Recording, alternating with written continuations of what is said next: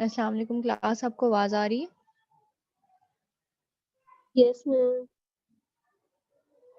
कैसे हैं आप लोग?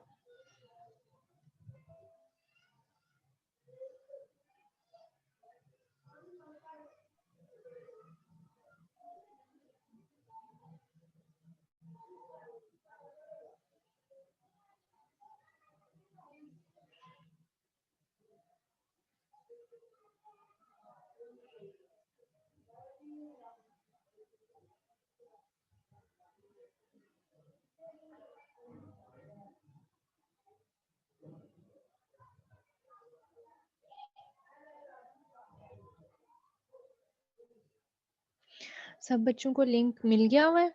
आप लोगों ने आपस में शेयर कर लिया हुआ है? यस मैम, कर दिए।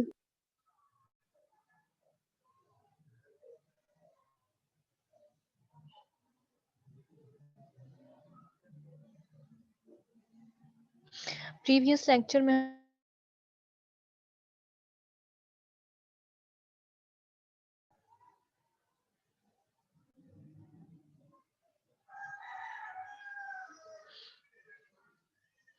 कौन सा बच्चा एक्सप्लेन जो है वो समराइज करेगा कि प्रीवियस लेक्चर में हमने क्या चीज़ पढ़ी थी? आप लोगों को मेल मिल गई हुई है, असाइनमेंट मेल?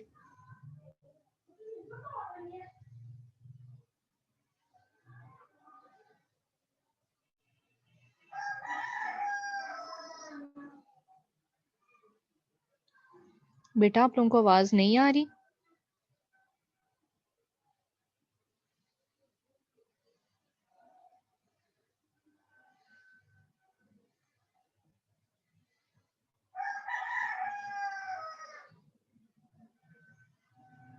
क्लास, आप लोगों को आवाज़ नहीं आ रही?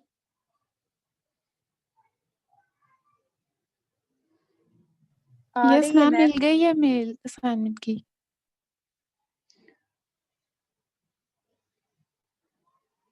उसमें कुछ मुश्किल तो नहीं है ना?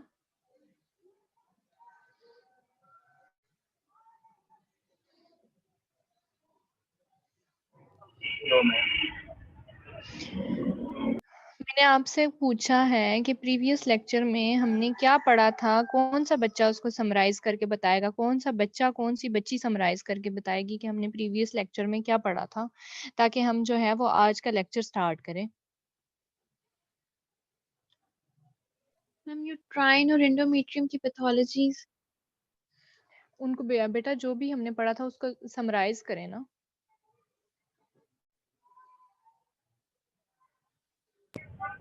मैम एंटीफ्लैग रेट्रोफ्लैग इंटलेक्शन हो गया और रेट्रोजन हो गया और लीन वगैरह पड़ी लेकिन लीन जो होती और है कौन कौन वगैरह सी होती है। पैथोलॉजीज हो सकती हैं एंडोमेट्रियम में?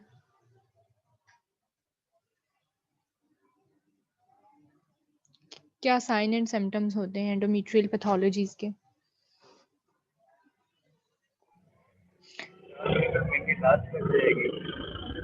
बेटा आप नादर, आपकी आवाज सही नहीं आ रही। नादर आपकी आवाज सही नहीं आ रही, शोर आ रहा है काफी ज्यादा। कोई और बता दो। मोहम्मद सलमान हाँ बता दे,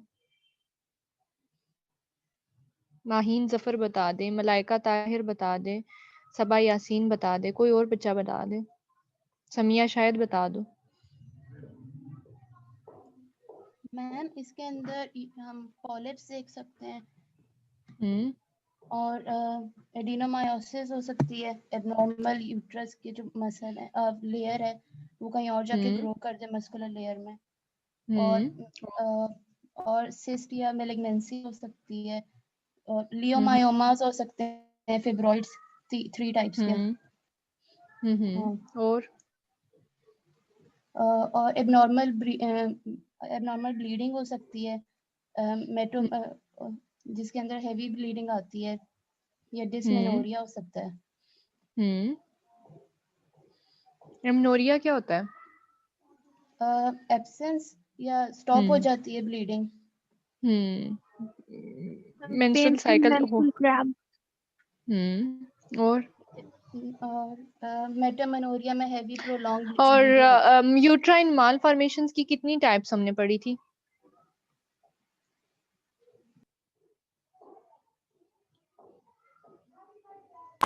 मैम 5 बनी थी। कौन कौन सी? नादिर हुसैन, आप अगर आप आउट ऑफ सिटी हो, अगर आपका सर्विस का इशू है तो आप बेशक जो है ना वो जवाब ना दो, ठीक है? कोई और बच्चा बता दे।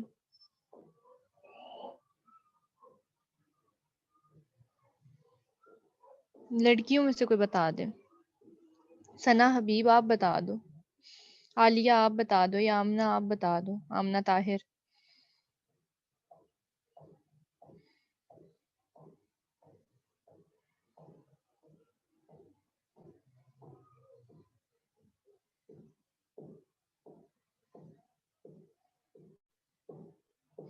समिया आप बताएं, इनमें से किसी को नहीं आता, आप बताएं, इसीलिए ये लोग बोल नहीं रहे। मैम एक बार क्वेश्चन रिपीट कर दें, आवाज कट रही है। यूट्राइन मालफॉर्मेशन की टाइप्स मैंने पूछी हैं कि बता दें कि कौन कौन सी टाइप्स हम पढ़ चुके हैं। जिसके अंदर यूट्रस की शेप खराब हो जाती है, मालफॉर्म हाइपरप्लेसिया। मालफॉर्मेशंस तो वही होती है ना जिसमें अब जो है वो अब नॉर्मल यूट्रस हो जाता है, नॉर्मल से यस हट के। मैम, हाइपरप्लेसिया हो सकती है, और एंडोमेट्रियल कार्सिनोमा हो सकता है। और मैंने टाइप्स पूछी हैं, यूट्राइन मालफॉर्मेशन की टाइप्स, यूनिकार्नुएट यूट्रस है, बाइकार्नुएट यूट्रस अच्छा, है, yes septate ma'am ma'am. Uterus uterus है। डिडल्फस है, यस आर्कुएट अब तो यूट्रस। अब तो मैं बता रही हूँ ना क्वेश्चन, तो ये तो आपको आना चाहिए, आप लोग तो पहले भी ये चीजें पढ़ चुके हुए हो। बेटा हम लोगों ने लेक्चर कहाँ स्टॉप किया था? प्रीवियस लेक्चर जो हमारा था, कहाँ पे हमने इसको जो है कहाँ पे हम लोगों ने लास्ट टाइम फिब्रॉइड्स की जो है वो पढ़ी थी, लोकेशंस की, वो डिफरेंट टाइप्स के होते हैं बेस्ड ऑन देयर लोकेशंस। हम लोगों ने इंट्रा कैविटरी तक पढ़ा था। आपको स्क्रीन शो हो रही है? Yes ma'am. यस अच्छा, मैम। एंडोमेट्रियल एडहेरेंस पढ़ लिए थे? सॉरी, अब मुझे बताएं कि हमने फिब्रॉइड्स पढ़ लिए थे, ठीक है? फिब्रॉइड सारे पढ़ लिए थे, एक्सप्लेन हो गए थे ना? Yes yes ma'am. I think आज हमने यहाँ से यहाँ से स्टार्ट करना है ना? हाँ जी। ठीक है। अब नॉर्मल यूट्राइन ब्लीडिंग है, तो अब नॉर्मल यूट्राइन ब्लीडिंग जो रिप्रोडक्टिव एज में जो है वो क्यों हो रही है, ठीक है? उसकी डिफरेंट काजेस हैं, कौन सी क्लासिफिकेशन है वो हम आज देखेंगे। पोलिप्स हैं, एडिनोमायोसिस है, लियोमायोमास हैं, ठीक है? मैलिग्नेंसी है, कोई गुलोपैथी है, कोई ब्लड का जो डिसऑर्डर है उस वजह से भी हो सकता है। ओवेरियन डिसफंक्शन है, ओवरीज अगर सही से फंक्शन नहीं कर रही तो भी अब नॉर्मल यूट्राइन ब्लीडिंग होगी। एंडोमेट्रियल एट्रोजेनिक, ठीक है? कोई ऐसी वजह है एंडोमेट्रियम में जो हमें मालूम नहीं है, उस वजह से भी हो सकती है, नॉट क्लासिफाइड येट। और हार्मोनल इम्बैलेंस है, और हार्मोनल इम्बैलेंस की वजह से भी हो सकती है, क्योंकि अगर हार्मोनल इम्बैलेंस है और प्रॉपर वर्कअप नहीं होता तो भी हमें अंदाजा नहीं होता कि किस वजह से ये जो है ये हो रही है, ठीक है? कॉमन पैथोलॉजीज एंडोमेट्रियम की जो है वो पॉलिप्स है, 30% of cases of post menopausal women, ठीक है? पोस्ट मीनोपॉजल वुमेन में 30% केसेस में जो है वो पॉलिप्स होते हैं। एकोजेनिक, अगर आप देखें तो पिछली लास्ट टाइम जब मैंने आपसे पॉलिप और जो है उसका स्टोन का मैंने आपसे डिफरेंस पूछा था तो आप लोगों को आया था, आप लोगों ने मुझे बताया था कि पॉलिप और जो है एक स्टोन है हमारे पास, उसमें ये डिफरेंस है कि स्टोन मोबाइल होता है, पॉलिप इमोबाइल होता है। पॉलिप जो है वो बिनाइन ट्यूमर होता है, उसकी कोई शेडोइंग नहीं होती, और स्टोन जो है उसकी शेडोइंग होती है हमारे पास, ठीक है? और पॉलिप भी समटाइम्स वन और मोर, एक या एक से ज़्यादा हो सकता है, लेकिन स्टोन्स मेनली जो है वो मल्टीपल होते हैं या 2-3 होते हैं, और अगर स्टोन होता भी है तो वो साइज भी उसका मैटर करता है, ठीक है? completely contained in the endometrial cavity with no extension in the myometrium, ठीक है? अगर आप देखें तो completely ये endometrium के अंदर है, myometrium के अंदर इसने extension नहीं की हुई, ये protrude नहीं हुआ हुआ, homogeneous usually but occasional cystic changes within। अगर previously मैंने आप लोगों को cystic changes का difference बताया था कि कहीं पे छोटे छोटे जो वो पानी की थैलियां बन जाती हैं, ठीक है? वो नॉर्मल वैसे भी बन सकती हैं किसी ऑर्गन में नॉर्मली भी और किसी एब्सेस वगैरह में भी बन सकती हैं, किसी मैस में भी जो है वो सिस्टिक चेंजेस बन सकती हैं। तो अगर आप देखें तो है तो एकोजेनिक, लेकिन इसके अंदर भी छोटे छोटे ब्लैक एरियाज, हाइपोइकोइक एरियाज नजर आ रहे हैं। तो सिस्टिक चेंजेस हैं। नैरो बेस ऑफ अटैचमेंट विच में have a vascular pedicle with, ठीक है, एक छोटी सी अटैचमेंट के थ्रू ये एंडोमेट्रियम से कनेक्टेड है। नैरो बेस अटैचमेंट होती है, कोई बहुत लंबी चौड़ी किस्म की अटैचमेंट नहीं होती। उसके अलावा अगर आप देखें तो यहाँ पे भी आपको एक पॉलिप नजर आ रहा है और यहाँ पे भी आपको एंडोमेट्रियल सरफेस पे एक पॉलिप नजर आ रहा है, ठीक है। पॉलिप वर्सेस इंट्राकैविटरी फिब्रॉइड्स, हमने जो है वो पॉलिप्स को इंट्राकैविटरी फिब्रॉइड्स से डिफरेंशिएट करना है कि भाई पॉलिप में और फिब्रॉइड में क्या डिफरेंस है, ठीक है। फिब्रॉइड जो बेसिकली होता है वो less echogenic than the endometrium, endometrium से लेस एकोजेनिक होता है। लेकिन जब मैंने आपको पॉलिप की पिछली इमेज दिखाई तो एंडोमेट्रियम से ज्यादा एकोजेनिक था, ठीक है, ये ज्यादा एकोजेनिक है। लेकिन फिब्रॉइड जो है ये एंडोमेट्रियम से कम एकोजेनिक होता है। एकोजेनिक, हाइपरइकोइक, हाइपोइकोइक, एनेकोइक, आइसोइकोइक, इन सब का डिफरेंस तो पता है ना? ये सारी yes terminology ma'am, yes ma'am. अब एकोजेनिक, अगर एकोजेनिक की बात कर रहे हैं तो इसका आप लोगों को पता होना चाहिए कि भाई मोर एकोजेनिक है तो मोर ब्राइटर है, लेस एकोजेनिक है तो लेस ब्राइटर है, ठीक है। with attenuation of the ultrasound beam, broad-based lift the surrounding endometrium portion extends into the myometrium। हमने पोलिप में ये पढ़ा कि जो है वो मायोमेट्रियम के अंदर एक्सटेंड नहीं कर रहा, मायोमेट्रियम के अंदर प्रोट्यूड नहीं कर रहा। लेकिन जो फाइब्रॉइड है वो बेसिकली मायोमेट्रियम तक भी प्रोट्यूड कर सकता है, उसमें भी उसकी एक्सटेंशन जा सकती है और इसकी वाइड बेस है, ठीक है। ये इसकी सारी जो है बेस एंडोमेट्रियम से अटैच्ड है। लेकिन जो हमारे पास पोलिप जो होता है वो बेसिकली एक छोटे से उससे जो है एक पेडिकल से जो है वो अटैच्ड होता है विद मायोमेट्रियम, ठीक है। अब अगर एंडोमेट्रियम हाइपरप्लेजिया की बात की जाए तो हाइपरप्लेजिया का यही मतलब होता है कि हाइपरप्लेजिया का पता है कि increase in the number of cells, ठीक है। Endometrial hyperplasia is an abnormal proliferation of endometrial stroma in glands and represents a spectrum of endometrial changes, ठीक है।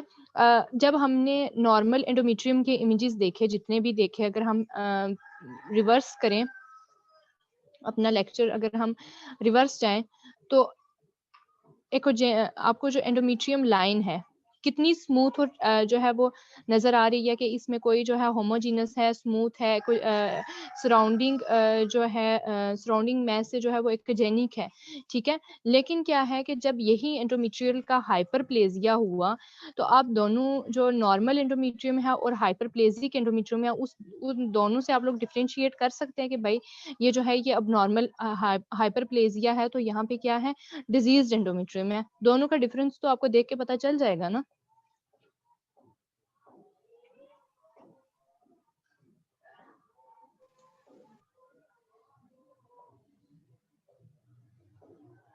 बेटा दोनों का डिफरेंस समझ आ जाएगा इनका कि नहीं? Yes ma'am. Yes ma'am. ठीक है। तो नॉर्मल में और एंडोमेट्रियल का जो एंडोमेट्रियल हाइपरप्लेजिया है, दोनों को आपने डिफरेंशिएट करना है। Is an abnormal proliferation of endometrial stroma and glands and represents a spectrum of endometrial changes, ठीक है। आपको एक स्पेक्ट्रम ऑफ चेंजेस लग रहा है, इसमें सिस्टिक चेंजेस भी हैं, इसमें सॉलिड चेंजेस भी हैं, इसमें हाइपरिकोइक एरियाज भी हैं और इसमें हाइपोइकोइक एरियाज भी हैं। A definitive diagnosis can be made only with biopsy, ठीक है। आप कैसे बता सकते हैं कि ये जो एंडोमेट्रियल हाइपरप्लेजिया है ये बिनाइन है या मैलिग्नेंट है? तो सिर्फ बायोप्सी ही आपको बता सकती है। जैसे हम लोगों ने प्रीवियस स्लाइड्स में पढ़ा कि अगर एक पोस्ट मेनोपॉजल वुमेन है और उसकी एंडोमेट्रियम 4 mm से ज्यादा है तो हमने फौरी तौर पे बायोप्सी की तरफ जाना है। Imaging cannot reliably allow differentiation between hyperplasia and carcinoma, ठीक है। कोई भी इमेजिंग जो है, चाहे वो MR की इमेजिंग है, चाहे वो CT स्कैन की इमेजिंग है, चाहे वो अल्ट्रासाउंड की इमेजिंग है या वो न्यूक्लियर मेडिसिन की इमेजिंग है, कोई भी इमेजिंग हमें जो है वो हाइपरप्लेजिया में और कार्सिनोमा में फर्क नहीं बता सकती। सिर्फ बायोप्सी ही है जो हमें जो है वो फर्क बताती है हाइपरप्लेजिया में और कार्सिनोमा में कि ये एंडोमेट्रियल कार्सिनोमा है या सिंपल एंडोमेट्रियल हाइपरप्लेजिया है। हाइपरप्लेजिया बिनाइन भी हो सकता है, मैलिग्नेंट भी हो सकता है, लेकिन अगर कार्सिनोमा है तो कार्सिनोमा मैलिग्नेंट ही होगा। Up to 1/3 of endometrial carcinoma is believed to be preceded by hyperplasia. 1/3 जो एंडोमेट्रियल हाइपरप्लेजिया है वो बिलीव ये किया जाता है कि ये एंडोमेट्रियल कार्सिनोमा ही होगा। All types of endometrial hyperplasia can cause डिफ्यूजली smooth endometrial thickening. जितना भी जो है एंडोमेट्रियल हाइपरप्लेजिया हमारे पास जितनी भी टाइप्स का एंडोमेट्रियल हाइपरप्लेजिया है वो डिफ्यूजली करता है स्मूथ एंडोमेट्रियल थिकनिंग। हमारे पास फोकल का और मैंने आपको डिफ्यूज का डिफरेंस बताया था कि अगर एक पोर्शन एंडोमेट्रियल का हाइपर प्लास्टिक होता तो हम कहते कि ये भाई डिफ्यूज एंडोमेट्रियल हाइपरप्लेजिया हुआ, जो फोकल एंडोमेट्रियल हाइपरप्लेजिया हुआ। लेकिन अगर सारे की सारी एंडोमेट्रियम ही जो है वो हाइपर प्लास्टिक हो गई है तो इसका क्या मतलब है कि ये डिफ्यूज स्मूथ एंडोमेट्रियल थिकनिंग हुई है। Far less commonly hyperplasia produces focal hypoechoic endometrial thickening. तो हाइपरप्लेजिया जो है वो एंडोमेट्रियल थिकनिंग कॉज करता है, हाइपोइकोइक थिकनिंग कॉज करता है। लेकिन पोलिप क्या था हमारे पास, हाइपरिकोइक था। ठीक है, तो दोनों का डिफरेंस, पोलिप का और हाइपरप्लेजिया का डिफरेंस समझ आ गया? Yes ma'am. ठीक है, common pathologies endometrial hyperplasia and cancer. ठीक है, endometrial cancer most commonly gynaecological cancer, जैसे मैंने आप लोगों से पहले भी बात की थी कि आफ्टर जो है लंग कैंसर, ब्रेस्ट कैंसर, जो वुमेन्स में मोस्ट कॉमन है जो वो है जो है एंडोमेट्रियल कैंसर जो है वो मोस्ट कॉमन है। ठीक है, जो हमारे पास जो अच्छे कंट्रीज हैं जहाँ का हेल्थ सिस्टम अच्छा है वहाँ पे यूट्रस और ओवेरियन कैंसर की vaccine free of cost provide की जाती है। ठीक है, 45 ईयर्स तक भी वो वैक्सीन लगवाई जा सकती है in males, both in males and females.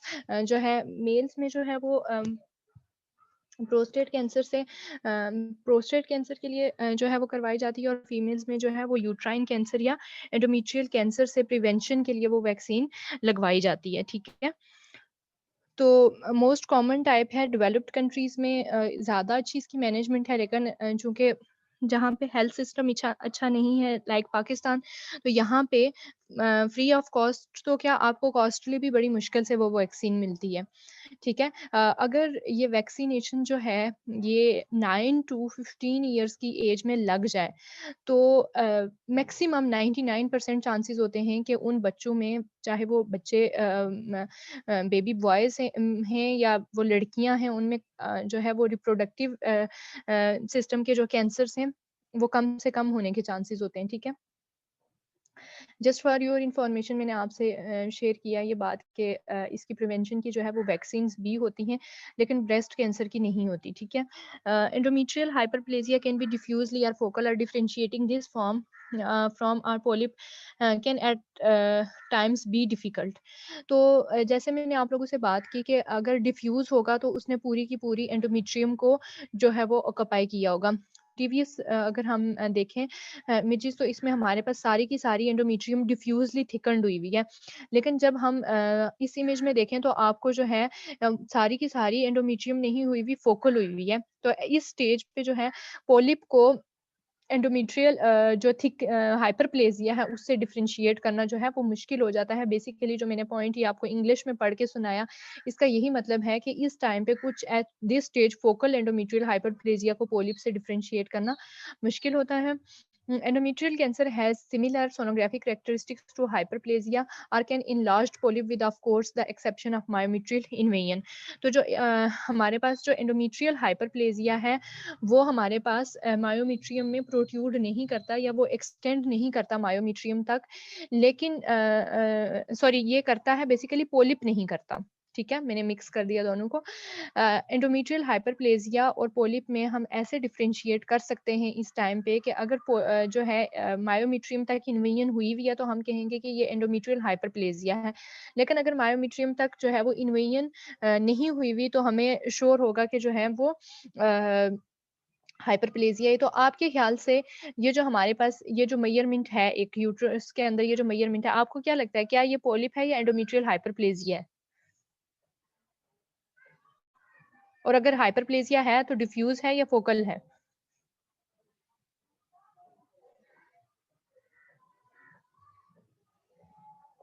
Class, आपको आवाज नहीं आ रही?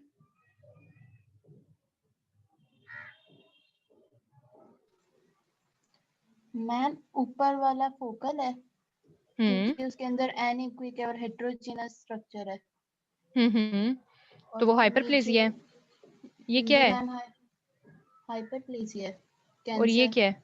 और ये क्या है? हाइपरप्लेजिया को कैंसर नहीं कहना, यही मैंने आपको समझाया है कि हाइपरप्लेजिया को कैंसर नहीं कहना। अच्छा नीचे क्या है?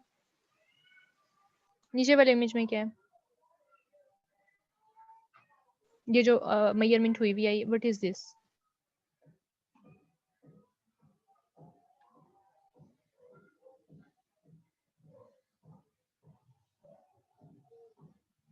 बेटा बोलो क्या है?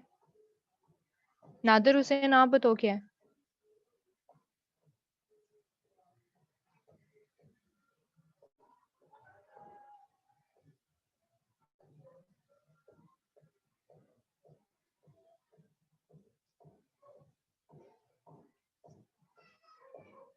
फरा नूर आप बताओ।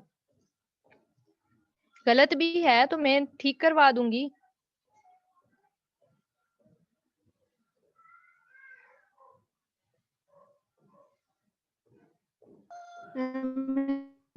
Large polyps. नहीं, हाइपरप्लेजिया, ठीक है। हाइपरप्लेजिया है जब हमने पोलिप को देखा, तो अगर आप पोलिप को देखो तो क्लियरली डिफरेंशिएटेड बॉर्डर्स हैं इसके, ठीक है। अगर यहाँ पे भी इसको देखो तो इसके क्लियरली डिफरेंशिएटेड बॉर्डर्स हैं, कहीं ये मायोमीट्रियम में एक्सटेंड नहीं कर रहा, ठीक है। लेकिन क्या हुआ कि यहाँ पे अगर इसको देखो तो एक तो हेट्रोजीनस मैस है, ठीक है। जो है हमारे पास पोलिप इतना ज्यादा हेट्रोजीनस नहीं होता और इसके डिफाइंड बॉर्डर्स नहीं है। जितने हमारे पास पोलिप के बॉर्डर डिफाइंड हैं, इतने हमारे पास जो है वो हाइपरप्लेजिया में इतने डिफाइंड बॉर्डर्स नहीं आते। तो ये हाइपरप्लेजिया ही है, लेकिन ये डिफ्यूज जो हमारे पास ये है, जो ऊपर वाला नंबर ए इमेज है, जो इसमें है जो फोकल है, और इसमें हमारे पास ये डिफ्यूजली अब जो है वो ग्रो करना स्टार्ट हो गया है, ठीक है। क्लियर है? Yes ma'am.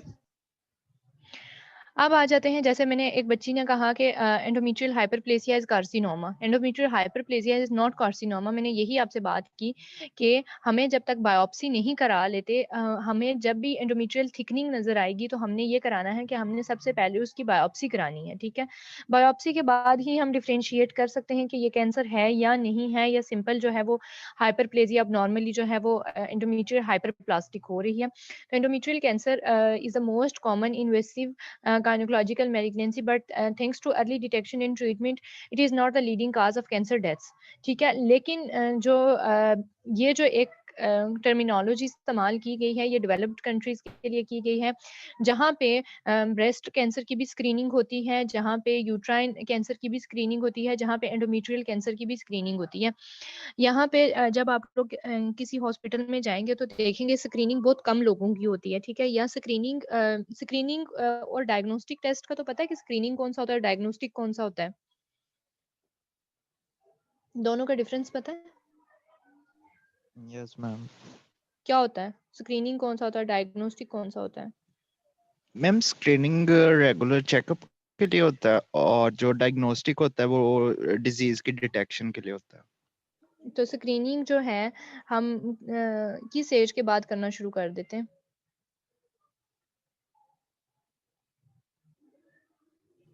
इसका नहीं पता मैम। नहीं पता? चलो कोई बात नहीं, किसी और बच्चे को पता हो तो वो बताए। No ma'am. I think ma'am जी जी 39 ईयर्स के बाद। मैम 35 के बाद शायद। जो हमारे पास हम ब्रेस्ट कैंसर की जो स्क्रीनिंग स्टार्ट करते हैं, मेमोग्राफी जो होती है बेसिकली ब्रेस्ट कैंसर के लिए, वो हम 40 के बाद जो है स्क्रीनिंग, हाँ जो हमारे पास रिकमेंडेड गाइडलाइंस हैं उसके लिए ये कहा जाता है कि 40 ईयर के बाद की जितनी भी खवातीन हैं वो हर साल एक बार ज़रूर मेमोग्राफी कराएं, ठीक है। लेकिन जो हमारे पास एंडोमेट्रियल कैंसर और ओवेरियन कैंसर के लिए जो है इसके लिए भी 30 के बाद भी करवाई जा सकती है। बहुत ज़्यादा टीनेजर जो लड़कियां होती हैं जो जैसे 18, 29 या 21, 22 ईयर्स की जो खवातीन होती हैं, उनमें भी ओवेरियन कैंसर बहुत सारी खवातीन में मैंने देखा ओवेरियन कैंसर लेकिन ये है कि इसमें यही कहा जाता है कि जब भी ऐसा फ़ील हो कि देयर आर अबनॉर्मल साइकिल्स, ठीक है? तो फ्रॉम अर्ली एज भी उनको जो है वो स्क्रीनिंग के लिए लाज़मी कंसल्ट करना चाहिए according to the need of patient, ठीक है? डेवलप्ड कंट्रीज़ की इस तरह से है कि वहाँ पे जैसे मैंने आपको बताया कि वैक्सीनेशन प्रॉपर जो है वो फ्री ऑफ कॉस्ट जो है वो 9 टू 15 इयर्स तक वो हर बच्चे-बच्ची में लगाई जाती है, ठीक है? तो उनमें चांसेस कम होते हैं, लेकिन जो है हमारे जहाँ पे थर्ड वर्ल्ड कंट्रीज़ हैं, जहाँ पे हेल्थ सिस्टम इतना अच्छा नहीं है, वहाँ पे स्क्रीनिंग में तो यही कहती हूँ कि हर साल के बाद हर बंदे को अपना मेडिकल करवाना चाहिए। चाहे वो ख़वातीन हैं, चाहे वो मर्द हैं, हर बंदे को जो है वो अपना मेडिकल हर साल में एक बार स्क्रीनिंग टेस्ट सारे के सारे करवाने चाहिए, ठीक है? अगर कोई प्रॉब्लम है तो भी, अगर नहीं है तो भी। ये सारी बेसलाइन इन्वेस्टिगेशंस में आती हैं। बेसलाइन इन्वेस्टिगेशंस में आपका सीबीसी होता है, ठीक है? आपका एब्डोमेन का अल्ट्रासाउंड होता है, आपका चेस्ट एक्स-रे होता है, ठीक है? ये सारी जो बेसलाइन इन्वेस्टिगेशंस हैं बेसिकली आपके आरएफटीज़ हो गए, एलएफटीज़ हो गए, ये हर एक को जो है वो साल में एक बार करवाने चाहिए, ठीक है? तो स्क्रीनिंग टेस्ट में ही समटाइम्स जो है वो पता चल जाता है कि कोई चीज़ अबनॉर्मल है, नॉर्मल है। तो एंडोमेट्रियल कैंसर अगर एब्डोमेन पेल्विस का अल्ट्रासाउंड होगा तो उसमें पता चल जाएगा कि भई जो है वो नॉर्मल साइकिल्स हैं या नहीं है, या कोई मैस वगैरह तो नहीं ग्रो कर रहा। जो हमारे पास विज़रल जो ट्यूमर्स होते हैं या कैंसर्स होते हैं, लंग कैंसर का भी यही मामला है कि जब वो लेट स्टेज में चला जाता है तब जाके डायग्नोज़ होता है, लेकिन उससे पहले वो अपनी सिम्पटम्स तो देता रहता है। लाइक किसी को स्पूटम में ब्लड आ रहा है, लाइक किसी को बहुत ज़्यादा कफिंग है या शॉर्टनेस ऑफ ब्रेथ है। हर डिज़ीज़ कुछ अर्सा पहले अपने साइन एंड सिम्पटम्स देती रहती है, लेकिन जो है वो स्क्रीनिंग टेस्ट करवाते रहना चाहिए, हर एक इंसान को करवाना चाहिए। साल में एक बार सारी बेसलाइन इन्वेस्टिगेशंस अगर हो जाया करें तो बहुत सारे लोग जो है वो 3rd 4th स्टेज कैंसर पे जाने से बच सकते हैं। क्लियर है? ठीक Yes, है। ma'am. अभी रिसेंटली मैंने एक पेशेंट को देखा, ठीक है? She was very young 28-29 years old, और यूट्राइन कैंसर से ही उसकी डेथ हुई है। शी वाज़ क्वाइट नॉर्मल, ठीक है? लेकिन जो है अचानक से ही उसे जो है, ज़ाहिर-सी बात है उसको कुछ न कुछ पहले सिम्पटम्स डेवलप हुए होंगे, लेकिन डेथ्स होती देखी हैं मैंने, यूट्राइन एंडोमेट्रियल कैंसर से डेथ होती मैंने पाकिस्तान में मैंने बहुत देखी है। इसलिए आप लोगों को समझाने का ये मतलब था कि स्क्रीनिंग इज़ वेरी इंपॉर्टेंट, ठीक है? चाहे वो ब्रेस्ट कैंसर के लिए स्क्रीनिंग है, चाहे वो एंडोमेट्रियल कैंसर के लिए है, चाहे वो लंग कैंसर के लिए है, ठीक है? Ultrasound signs of endometrial carcinoma include heterogeneity and irregular endometrial thickening. Cancer में जो है हमारे पास एक तो हेटेरोजेनस एंडोमेट्रियम है, ठीक है? आपको कोई वेल डिफाइंड बॉर्डर्स नहीं है, हाइपर इकोइक, हाइपोइकोइक एरियाज़ नज़र आ रहे हैं, थिकनिंग नज़र आ रही है। These signs are non-specific and can be seen in endometrial hyperplasia as well as polyps, leading to biopsy of almost any irregularity in the setting of PMB. ठीक है?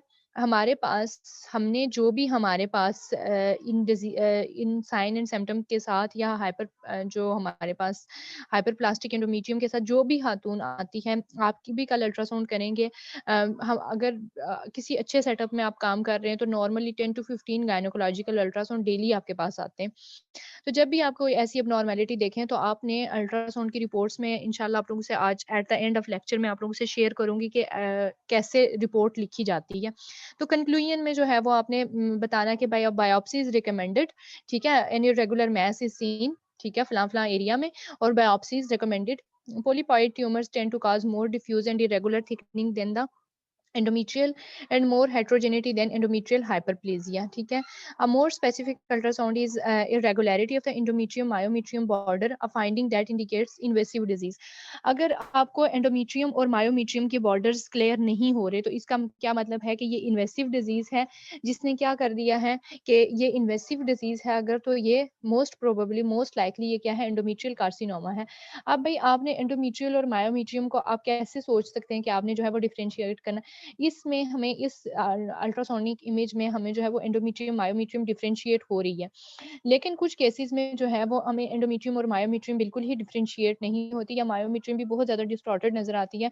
तो इसमें आप मोस्ट लाइकली कमेंट में लिख देते हैं कि most likely endometrial carcinoma, biopsy suggested, ठीक है?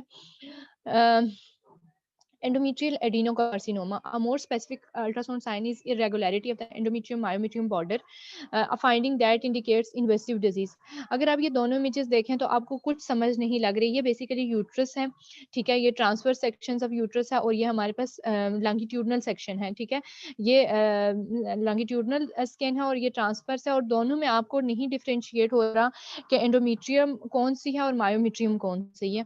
तो मोस्ट लाइकली ये एंडोमेट्रियल एडिनोकार्सिनोमा है, ठीक है। अब आप लोगों को हाइपरप्लेजिया और कैंसर का डिफरेंस तो समझ आ गया ना कि एंडोमेट्रियल हाइपरप्लेजिया कैसा होगा और एंडोमेट्रियल जो आपके पास कैंसर है वो कैसा शो होगा, और दोनों में आपने बायोप्सी रिकमेंड करनी है। क्लियर है ये दोनों चीजें? Yes ma'am. सिर्फ एक बच्चे, बाकी बच्चों को नहीं Yes, समझ में ma'am. आया? कोई मुश्किल इसमें? Okay. कोई मुश्किल कोई चीज समझ ना आई हो तो आप क्वेश्चन पूछ सकते हैं।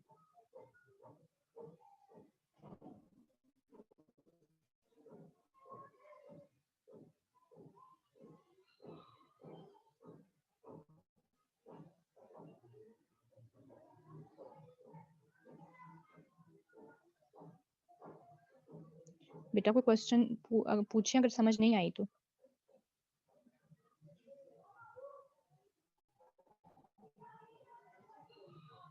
आ गई है, मैं क्वेश्चन पूछ लूं?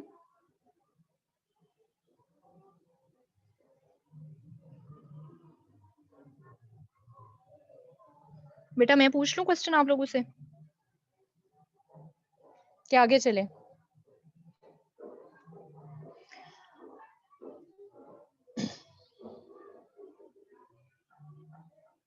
सिक्सटी 63 बच्चे हैं और आप में से कोई एक बच्चा जो है वो टीचर को आंसर करना पसंद नहीं करता। खैर है, पूछ क्वेश्चन अगर पूछना है तो आपने। ये कौन सी अच्छी बच्ची कह रही है कि क्वेश्चन पूछना है तो पूछ लें। मैं हूँ आयशा। अच्छा आयशा, आपने आज क्लास लेट ज्वाइन की है? जी मैम, एक्चुअली ना मैं हॉस्पिटल गई हुई थी, मेरी ड्यूटी थी तो मैं वहां से वापस आ रही थी घर, इसलिए लेट हो गई आज। ड्यूटी आप लोगों की एससीपी हो रही है? नहीं मैम, सर्विसेज में ना इंटर्नशिप करी थी तो आज मेरा सेकंड लास्ट डे था। ओके ओके ओके, ठीक है। एंडोमेट्रियल कैविटी, मैंने स्टार्टिंग में मैंने सब बच्चों से कहा कोई एक बच्चा समराइज कर ले बड़ा अच्छा सा लेक्चर जो हमने प्रीवियसली जो लेक्चर पढ़ा है, बट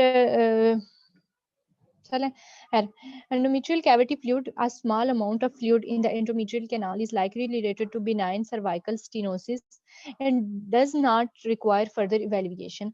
बहुत ज़्यादा मैंने आपको जैसे कहा कि जब आप लोग अपने जैसे अभी बच्ची ने बताया कि वो सर्विसेज में कर रही है इंटर्नशिप। बेटा आपने सर्विसेज में किस डिपार्टमेंट में इंटर्नशिप की है?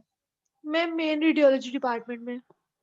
बेटा मैं मोडालिटीज की बात कर रही हूँ, एक्सरे में किया है, मैम अल्ट्रासाउंड? अल्ट्रासाउंड में, गायनी अल्ट्रासाउंड में और उसके अलावा सीटी स्कैन में।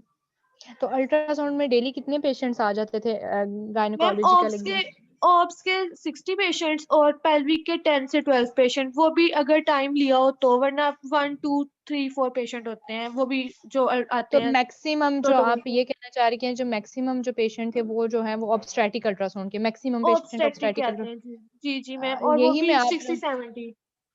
आप लोगों ने इससे पहले जो है वो ऑब्स्टेट्रिक अल्ट्रासाउंड पढ़ा है? मैम मैंने माइग्रेशन करवाई ना यूएमडी में, तो मैंने यूएल में ऑब्स मेजर पढ़ा था 8 क्रेडिट आवर्स का, तो ऑब्स्टेटिक्स मैंने पढ़ा हुआ है, बाकी का मुझे नहीं पता।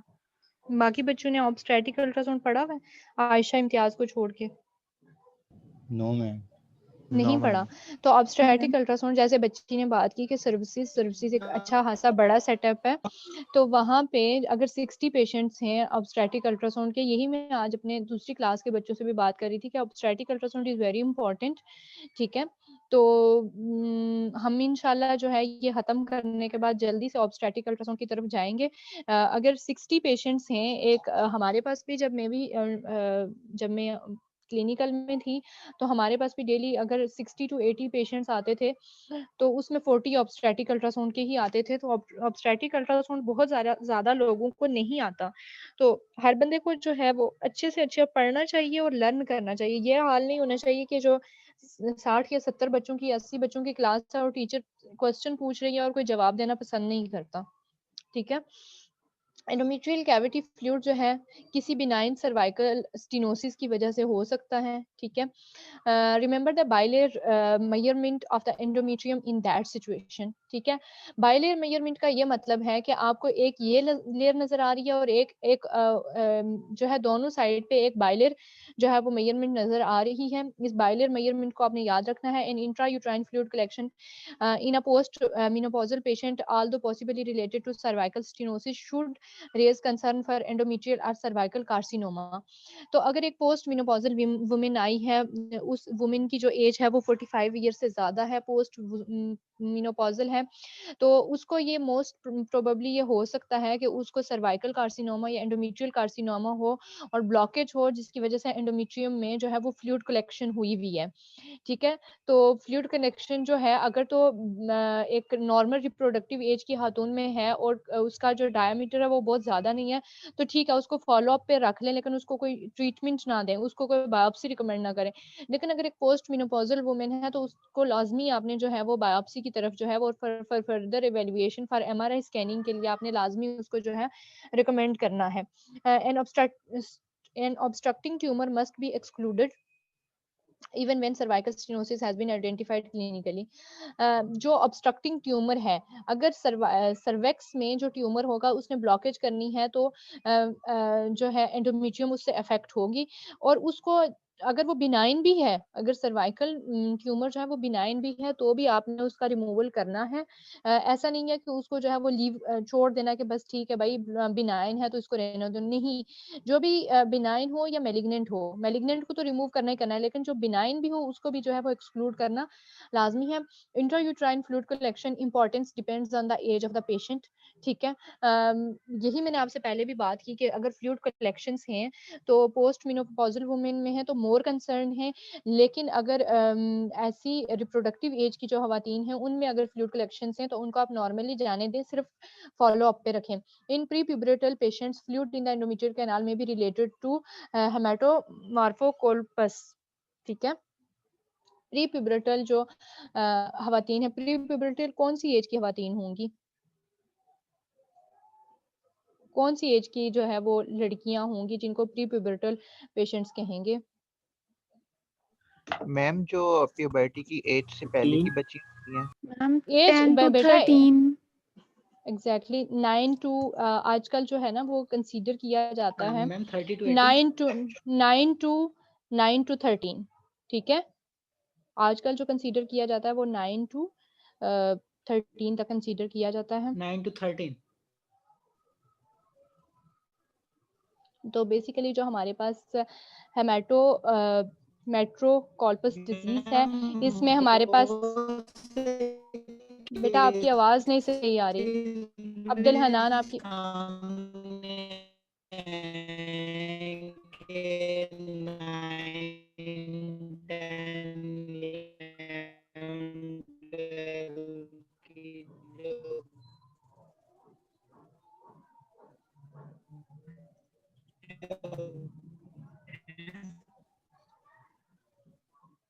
अब्दुल हनान अपना माइक जो है वो ऑफ कर दो, आपकी एक आवाज सही नहीं आ रही और बहुत ज्यादा डिस्टरबेंस आ रही है, तो ठीक है। तो इसमें हेमेटोमेट्रोकॉर्पुलस में जो है वो फ्लूइड कलेक्शन हो जाती है, ठीक है, इन सर्वेक्स एंड एंडोमेट्रियम, ठीक है।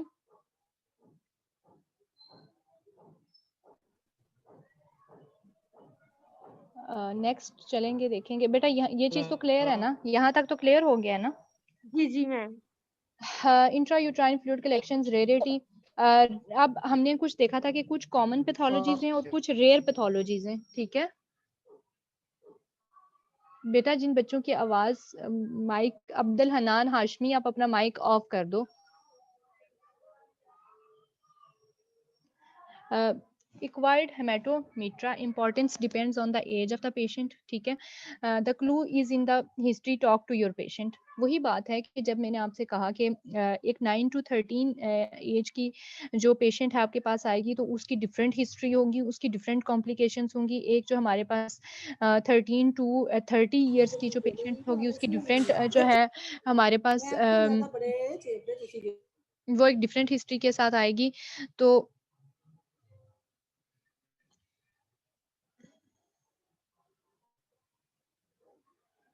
ठीक है, तो एज मैटर करती है और उसके बाद आपने अपनी पेशेंट की हिस्ट्री के बगैर जो है आप कोई भी डायग्नोसिस नहीं बना सकते।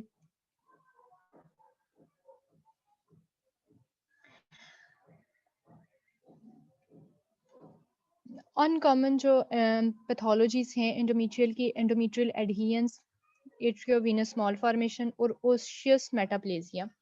ठीक है, एंडोमेट्रियल एडहेरेंस हो जाती हैं, कुछ मैसेज की वजह से हो सकती हैं, कुछ ऐसी वजूहात की वजह से हो सकती हैं कि एडिनेक्सल मैसेज की वजह से भी हो सकती हैं। एट्रियस वेनस स्मॉल फॉर्मेशन में यूट्राइन आर्टरी और वेन जो है आपस में अब नॉर्मल जो है वो एक पैसेज बना लेती हैं, उस वजह से हो सकता है। ओवेरियन आर्टरी समटाइम्स जो है यूट्राइन वेन के साथ जो है वो कनेक्शन बना लेती है, तो उस वजह से एट्रियोवेनस स्मॉल फॉर्मेशन हो सकती है। ओशियस मेटाप्लेजिया का ये मतलब है कि एंडोमेट्रियम के अंदर जो है वो बोन ग्रो करना शुरू कर देती है। ठीक है, वो मैच्योर बोन भी हो सकती है, वो इमेच्योर बोन भी हो सकती है। ठीक है, एक चीज होती है, हमने बिल्कुल स्टार्टिंग में पढ़ा था अशरमैन सिंड्रोम। ठीक है, अशरमैन सिंड्रोम में बेसिकली जो हमारे पास यूट्रस है और एडहियन एक स्कार बन जाता है। ठीक है, ये स्कार किसी भी वजह से बन सकता है, कनिजेंटल भी हो सकता है। अगर किसी की सर्जरी हुई है, किसी पेशेंट की सर्जरी हुई है फाइब्रॉइड्स की वजह से, उसके बाद भी एडहियंस बन सकते हैं। लेकिन ये जो हमारे पास अशरमैन सिंड्रोम है, ये मोस्टली हमारे पास कनिजेंटली ही आता है। इसमें अबनॉर्मल जो है एक स्टेनोसिस हो जाती है।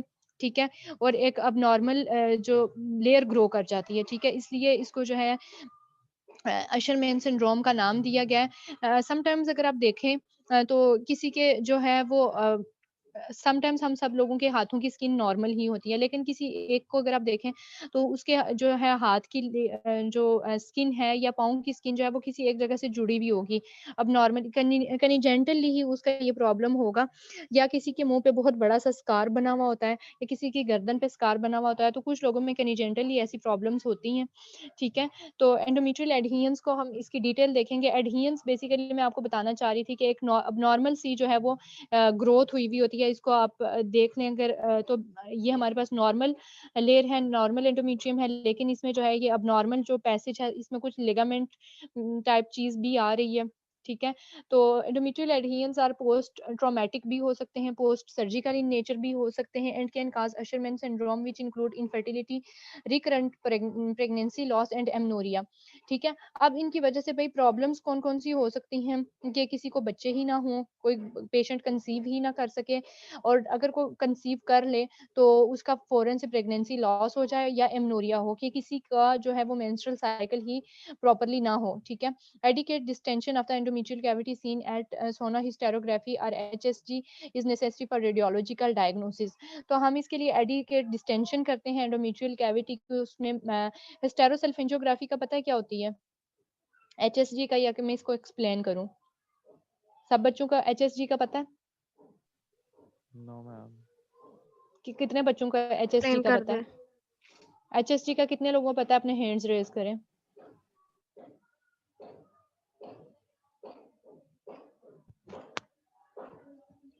आयशा इम्तियाज, आपको पता है एचएसजी क्या है? मैम ये फ्लोपियन ट्यूब्स के लिए जो होता है। जरूरी नहीं है फ्लोपियन ट्यूब्स के लिए करवाया जाए। नादिर हुसैन, आपको पता है एचएसजी क्या है?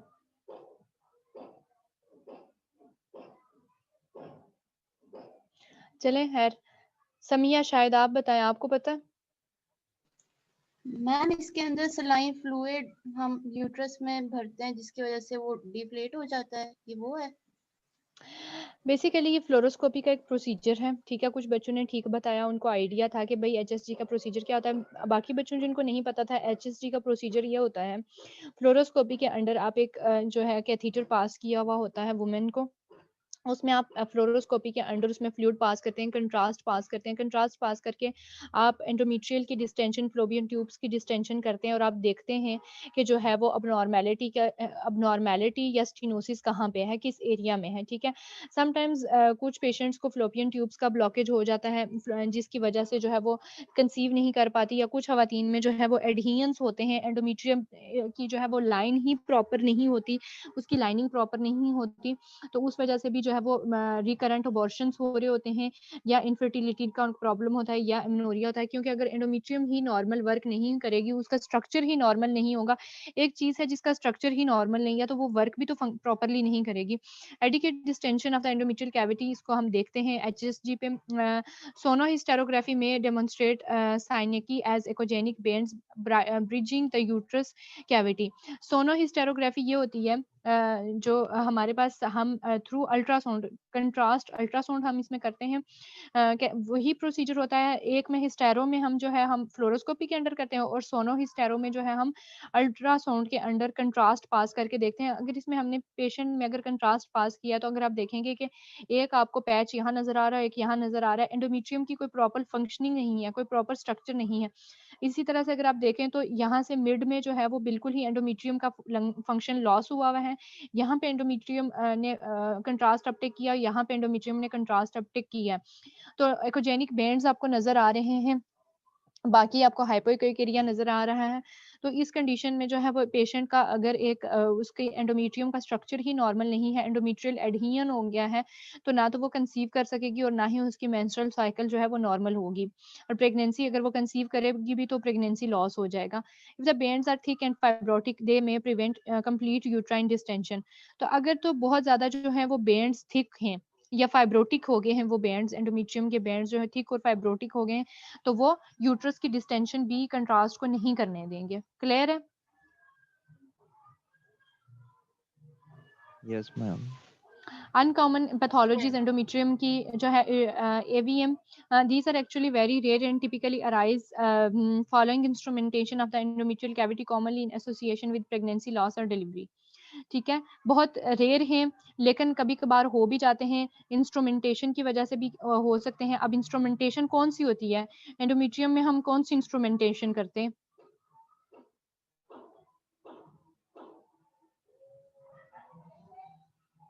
पता है कुछ? मैंने IUCD होती है। IUCD भी होती है, उसके बाद क्या होता है, IUCD भी होती है, और उसके बाद अगर अबॉर्शंस हों समटाइम्स तो कुछ केसेस में जो है वो DNC करवाई जाती है। ठीक है, डायलिटेशन एंड कर्टेज।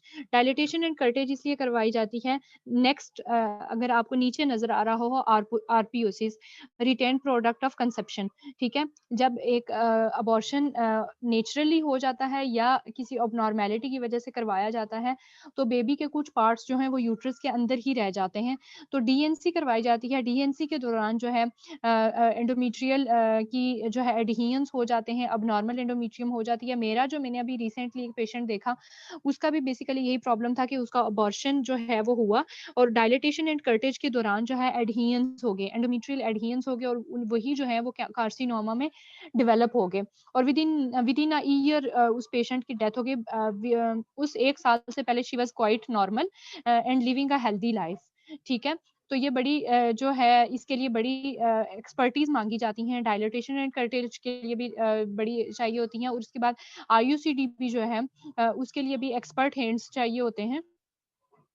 तो जो एंडोमेट्रियल पैथोलॉजीज में मेलिग्नेंसीज हो सकती हैं, इन्फेक्शंस हो सकते हैं, ड्यूरिंग DNC जो है इन्फेक्शंस भी मोस्ट कॉमनली होते हैं, आरपीओसिस, मोलर गेस्टेशंस। अब मेरे बच्चों मोलर जब हम इंशाल्लाह पढ़ेंगे, हम जब ऑब्स्टेट्रिक अल्ट्रासाउंड पढ़ेंगे तो उसके स्टार्टिंग में मैं आपको मोलर प्रेगनेंसी भी दिखाऊंगी। मोलर प्रेगनेंसी में बेसिकली एक हमारे पास जो है वो बेबी ग्रो नहीं करता बल्कि एक सिर्फ सेल्स बनना शुरू हो जाते हैं। ठीक है, तो जब हम कभी उसको डॉपलर में देखें तो एक ब्लश सा यूट्रस जो है वो बिल्कुल ब्लश करता है। ठीक है, तो मोलर प्रेगनेंसी जो है वो मोस्ट कॉमन है। मैंने अपनी ट्रेनिंग में भी काफी ज्यादा मोलर प्रेगनेंसीज देखी हैं। ठीक है, they can be congenital or these are even less common and less symptomatic than acquired variety. ठीक है, लेस सिम्टोमेटिक भी होती हैं और लेस कॉमन भी होती हैं, लेकिन ऐसा नहीं है कि होती नहीं है। मैंने अपनी जो ट्रेनिंग के दौरान भी काफी ज्यादा पेशेंट्स को देखा है। सिम्टम्स हैवी ब्लीडिंग हो सकती हैं और पेल्विक पेन और डिस्पैरायूनिया हो सकता है। ठीक है, the diagnosis is made by transvaginal ultrasound with color and pulse Doppler। ठीक है, तो डायग्नोसिस पल्स, जैसे मैंने अभी आपसे मोलर प्रेगनेंसी की बात की, तो मोलर प्रेगनेंसी जो है वो डॉपलर अल्ट्रासाउंड पे बड़ी क्लियर और बड़ी अच्छी नज़र आती है, ठीक है। तो मोलर प्रेगनेंसी को भी बेसिकली उसके लिए भी dilatation and curtains he patient को सजेस्ट किया जाता है, ठीक है। और उन केसेस में भी समटाइम्स ये है कि अगर तो वो हो जाए, अच्छा हो जाए तो फिर ठीक है, देन वेल एंड गुड। लेकिन अगर एक्सपर्ट हैंड्स नहीं है तो एंडोमेट्रियम और जो है मायोमेट्रियम के डैमेज के बहुत ज़्यादा चांसेस होते हैं। Grey scale ultrasound anechoic spaces with an irregular contour, अगर आप ग्रे स्केल में देखें तो आपको एनेकोइक स्पेसिस तो नजर आएंगी और एनेकोइक कंटूर नजर आएगा, कोई प्रॉपर आपको जो है वो अरेंज्ड रेगुलर किस्म की बॉर्डर्स नजर नहीं आती। Turbulent flow with aliasing and pulse Doppler demonstrates high velocity flow with low impedance. तो पल्स या कलर डॉपलर पे जो है वो हमें हाई वेलोसिटी ब्लड फ्लो इन एरिया में नजर आएगा, ठीक है। Very uncommon pathologies endometrial osseous metaplasia. Osseous metaplasia कहा तो जाता है कि अनकॉमन है, लेकिन ओशियस मेटाप्लेजिया के भी काफ़ी पेशेंट्स आते हैं। और जब कभी हमारे पास ऐसा पेशेंट आता था कि भाई ओशियस मेटाप्लेजिया का आ गया, डर्माइड सिस्ट का पेशेंट आ गया, मोलर प्रेगनेंसी का पेशेंट आ गया, तो नॉर्मली हम 2 या 3 लोगों की ड्यूटी होती है अल्ट्रासाउंड रूम में। जब आप लोगों की भी ड्यूटीज होंगी तो 2 या 3 लोग ही अल्ट्रासाउंड रूम में होते हैं। लेकिन जब ऐसे पेशेंट्स आते हैं तो सबको बुला के दिखाया जाता है। वो इस वजह से दिखाया जाता है कि जब कभी उनको भी नजर आए तो वो अच्छे से डायग्नोज कर लें, ठीक है। मैंने ओशियस मेटाप्लेजिया के पेशेंट्स भी देखे हैं, मैंने डर्माइड सिस्ट के पेशेंट्स भी देखे हैं।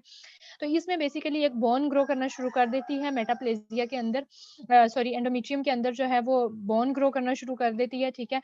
और बोन का आपको पता है कि रिब्स का शेडो होता है, सारी बोन्स का शेडो होता है, तो आपको जो है वो यूट्रस के अंदर शेडो नजर आना शुरू हो जाता है। Endometrial ossification is a rare disease and its etiology and pathogenesis are controversial. ये जो है ये हम ये नहीं कह सकते कि भाई ये एक्वायर्ड है या कनिजेंटल है। ये इसके लिए अभी इसकी जो जितनी भी काजेज हैं वो सारी की सारी कंट्रोवर्शियल हैं। It is most often misdiagnosed, इसको मोस्ट ऑफनली मिसडायग्नोज्ड भी कर देते हैं लोग। Most reported cases are related to pregnancy RPOCs. बहुत ज्यादा लोग तो ये कह देते हैं कि भाई या आरपीओसिस है या प्रेगनेंसी है। It has also been related to transformation of uterine tissue to bone in response to inflammation and the reparative process induced by abortion, ठीक है।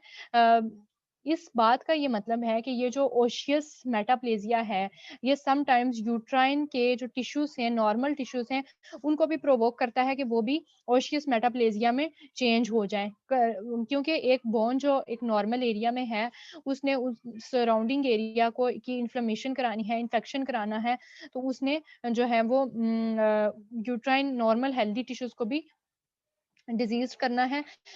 Osseous metaplasia has been associated with secondary infertility and dysmenorrhea and has mimicked a retrained intrauterine device. It can successfully be treated with hysteroscopy resection. ये है इसका ये है कि इससे dysmenorrhoea के काजेस भी आ सकते हैं। और ये मिमिक ऐसा कुछ जो अगर आप हिस्ट्री नहीं लेंगे प्रॉपर पेशेंट की ड्यूरिंग द स्कैन तो आप ये भी मिमिक कर सकते हैं कि भाई ये आईयूसीडी है, ठीक है। तो आपने आईयूसीडी से आरपीओसी से डिफरेंशिएट करने के लिए आपने पेशेंट से पूछना है कि भाई वो मैरिड है या नहीं है। अगर मैरिड है तो ठीक है, आप कह सकते हैं कि भाई उससे फिर आपने पूछना है कि जो उसकी आप उसकी आपने रिपोर्टिंग देखनी है, आपने देखना है कि नॉर्मली उसके जो है वो टेस्ट हो चुके हैं, प्रेगनेंसी टेस्ट हुआ है या नहीं हुआ। तो सारी हिस्ट्री मैटर करती है, तभी आप जो है वो ओशियस मेटाप्लेजिया को डर्माइड से आईयूसीडी से या रिटेन प्रोडक्ट ऑफ जो कंसेप्शन है उनसे डिफरेंशिएट कर सकते हैं, ठीक है।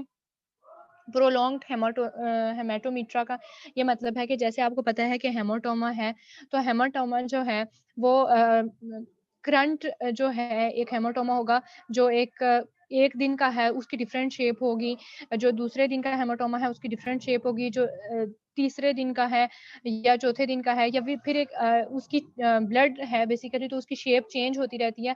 तो 7th 8th डे पे वो एकोजेनिक नजर आना शुरू हो जाएगा और आहिस्ता आहिस्ता से उसकी कैल्सिफिकेशन होगी और मजीद उसके जो है वो शेप्स चेंज होना नजर आ जाएंगी। इसमें आपने जो एंडोमेट्रियल और यूट्राइन पैथोलॉजीज में जो आपने की पॉइंट्स देखने हैं वो आपने कौन से करने के, स्कैनिंग की टेक्निक में आपको कौन से की पॉइंट्स पता होना चाहिए। Visualise the cervix, define the endometrium. सबसे पहली बात है है कि आपको सर्वेक्स जो है वो ठीक नजर आ रहा है या नहीं आ रहा, एंडोमेट्रियम आपको कैसी नजर आ रही है, उस पर आपने लाजमन कमेंट करना है। उसके बाद आपने जो है वो ओवरीज को फाइंड करना है। Fibroid diagnosis is not enough, it is also about the location. ठीक है, बार बार इसने लोकेशन पे फोकस किया है कि फाइब्रॉइड की डायग्नोसिस आप ये नहीं कह सकते जब तक आपको लोकेशन नहीं पता चल सकती। आप नहीं कह सकते कि ये सब सिरोजल फिब्रॉइड है, ये सब म्यूकोजल फिब्रॉइड है, ये इंट्राकैविटरी फिब्रॉइड है। ठीक है, लोकेशन का आपको पता चलेगा तो ही आपको जो है आप एग्जैक्टली बता सकते हैं कि भाई हमने क्या चीज फाइंड की है। Size matters but it is the cause that is crucial. ठीक है, साइज मैटर करता है लेकिन काज क्या है वो जानना ज्यादा जरूरी है। Talk to your patients, the clue is often in the history, especially in the weird and wonderful. जैसे मैंने आपको बहुत ज्यादा कहा कि फोकस करें हिस्ट्री पे, हिस्ट्री पे फोकस करें। एक पेशेंट अगर आपके पास जो है वो 16 इयर्स की पेशेंट आती है ओशियस मेटाप्लेजिया के साथ, अगर पेशेंट आती है अनमैरिड पेशेंट है, तो आप उसको ये नहीं कह सकते कि भाई तुम्हें जो है ना वो आरपीओसीज के रिटेन प्रोडक्ट्स हैं, तुम्हें जो है ना तुम्हारे यूट्रस में आईयूसीडी नजर आ रही है। आप ये नहीं कह सकते जब तक आप हिस्ट्री नहीं लेते हैं प्रॉपर। आप जब तक चीज जो उसकी जो जितनी भी लैब इन्वेस्टिगेशन है वो नहीं देख लेते, आप अपनी रिपोर्ट्स में ये चीजें मेंशन नहीं कर सकते, आप डायग्नोसिस नहीं बना सकते। जब आप डायग्नोसिस नहीं बना सकते तो आप एक अच्छे जो है सोनोग्राफर नहीं बन सकते। ठीक है, तो ये चीजें मैटर करती हैं। अब किसी का कोई क्वेश्चन हो तो वो पूछ सकता है।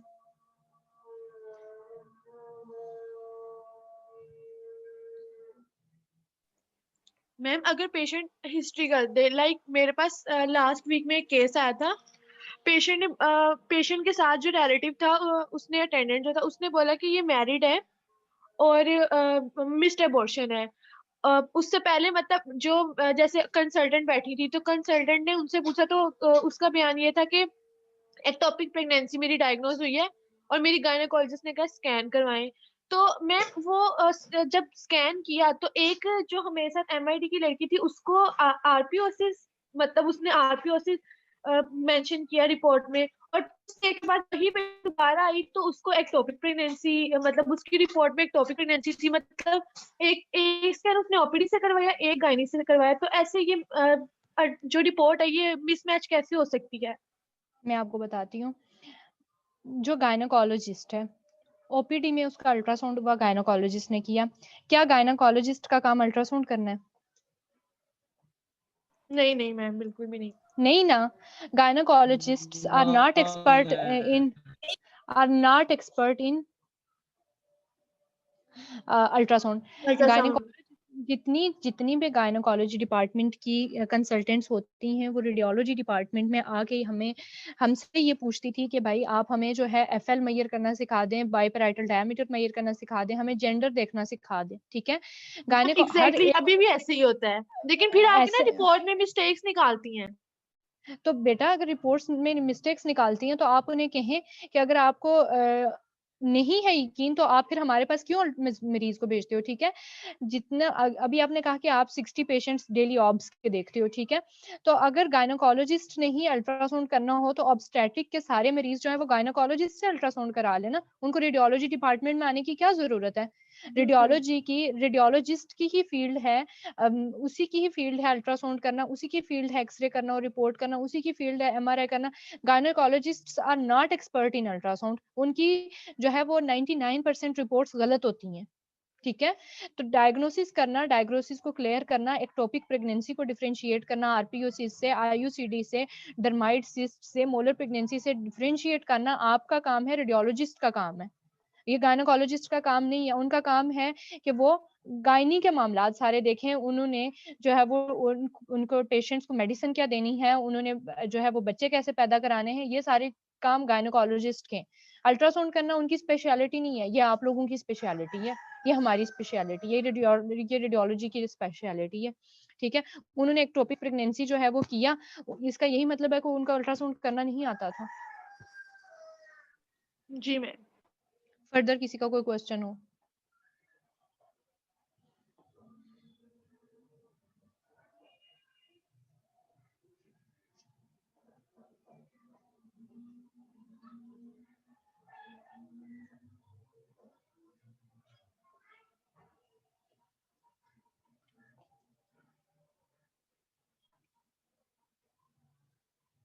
किसी का कोई सवाल नहीं है? No ma'am. सब लोगों को सब कुछ आ गया? चलें फिर मैं आप लोगों से छोटा सा टेस्ट ले लेती हूँ। सब म्यूकोजल फिब्रॉइड कौन से होते हैं?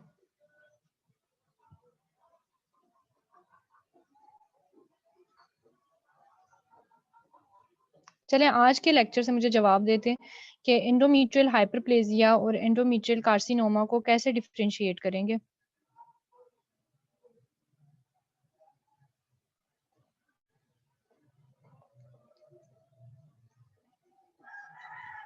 मैम एंडोमेट्रियम की थिकनेस उसमें हो जाएगी अगर कार्सिनोमा होगा। वो तो और एंडोमेट्रियल हाइपरप्लेजिया में भी तो एंडोमेट्रियल की थिकनेस ही होगी। बायोप्सी मायोमेट्रियम तक प्रोट्रूजन हो जाती है। एक मैंने बताया था, ये किसने बोला कि मायोमेट्रियम में प्रोट्रूजन हो जाती है, एक्सटेंशन हो जाती है? मैंने बोला था इकबाल। ऐसे ही है कि हमने उसमें मायोमेट्रियम की जो है वो उसमें एक्सटेंशन और उसमें जो है वो देखना है कि मायोमेट्रियम से उसके बॉर्डर डिफरेंशिएटेड हैं या नहीं है। पॉलिप और एंडोमेट्रियल हाइपरप्लेजिया को कैसे डिफरेंशिएट करेंगे?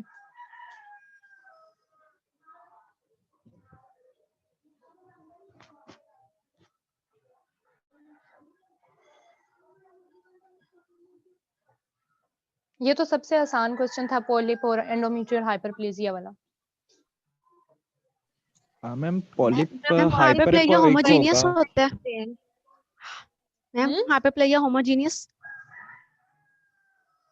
नहीं मैम, पॉलिप के तो वेल डिफाइंड बॉर्डर्स होते हैं और हाइपरप्लेजिया में नहीं होते। नहीं होते। और क्या डिफरेंस है बेटा? हाइपरप्लेजिया हेटेरोजीनियस होता है और वो होमोजीनियस होता है। एक मैंने बेस का डिफरेंस भी बताया था, पॉलिप और मैम पॉलिप की बेस कम होती है और हाइपरप्लेजिया की बेस वाइड होती है और पॉलिप ज्यादा इकोजेनिक होता है, हाइपरप्लेजिया कम इकोजेनिक होता है और वेल डिफाइंड बॉर्डर्स होते हैं पॉलिप के। यस मैम, और पॉलिप कैविटी के अंदर होता है जबकि हाइपरप्लेजिया मायोमेट्रियम तक जा सकता है उसकी किसी स्टेम से या पेडंकल टाइप। ठीक है। और जो फोकल और डिफ्यूज एंडोमेट्रियल हाइपरप्लेजिया में क्या डिफरेंस होगा? फोकल किसी एक पॉइंट पर होगा और डिफ्यूज स्प्रेड होगा यूट्रस में। स्प्रेड कैसे होगा? स्प्रेड मतलब पूरा हमें जो उसका स्ट्रक्चर है हेट्रोजेनस दिख रहा होगा, कहीं पर इकोजेनिक होंगे, कहीं पे एनिक्विक हमें स्ट्रक्चर्स दिख रहे होंगे, सिस टाइप। ठीक है। और जो है फिब्रॉइड्स की सबको समझ आ गई है? Yes ma'am. Yes ma'am. मैंने आपसे कहा था, आप लोग बच्चे जो है ना इंतहाई निकम्मे इस मामले में। मैंने आपसे कहा था कि आपने मुझे याद कराना है कि मैं आपको रिपोर्ट्स दिखाऊंगी अल्ट्रासाउंड की। अब हमारे पास वी हैव 14 to 15 मिनट्स, लेकिन किसी एक बच्चे ने मुझे याद नहीं कराया कि मैं आप लोगों को अल्ट्रासाउंड की रिपोर्ट्स आप लोगों से शेयर करूं।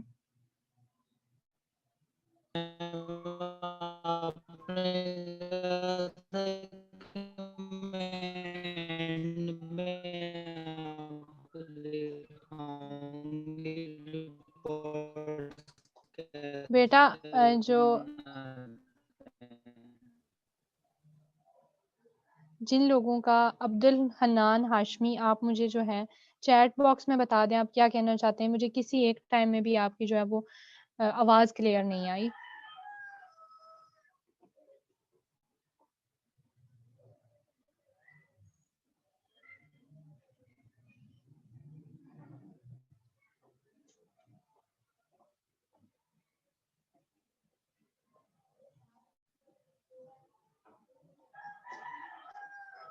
मैम असाइनमेंट हमने मेल करनी है आपको?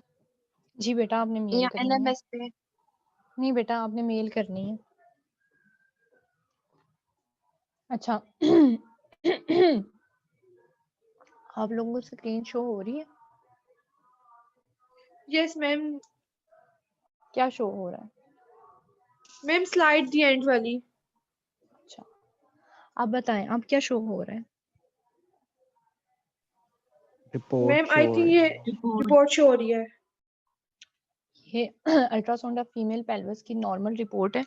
ठीक है, आप जिस सेटअप में भी बैठे होंगे आपको इस तरह की रिपोर्ट जो है वो आपके सिस्टम में होगी, ऑलरेडी होगी, ठीक है। आपने देखना है कि जो है आपके पास नॉर्मल रिपोर्ट्स सारे सिस्टम्स में सेव होती हैं, ठीक है। उसके बाद मेन चीज आती है डायग्नोसिस की, ठीक है।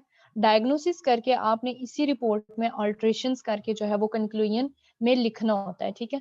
अब मेरे पास ये रिपोर्ट थी, इसमें मैंने जो है वो फोलिकुलर की मेच्योरिटी बतानी थी। गायनोकोलॉजिकल अल्ट्रासाउंड में हमारे पास आता है कि भाई जो है डोमिनेंट फोलिकल की साइज बताएं। तो नॉर्मल जो है वो फोलिकल का साइज पता है किसी को कितना होता है? नॉर्मल, एक नॉर्मल जो फोलिकल है उसका साइज कितने mm तक ग्रो कर सकता है?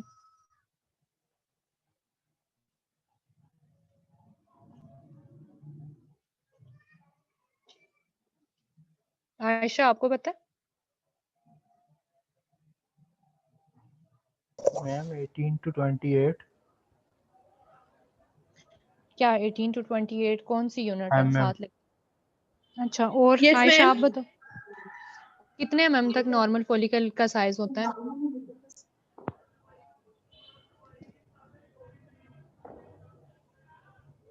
मैम मैंने क्वेश्चन नहीं सुना आपका। मैंने ये पूछा कि नॉर्मल एक फोलिकल का साइज, नॉर्मल फोलिकल का साइज कितने mm तक ग्रो कर सकता है?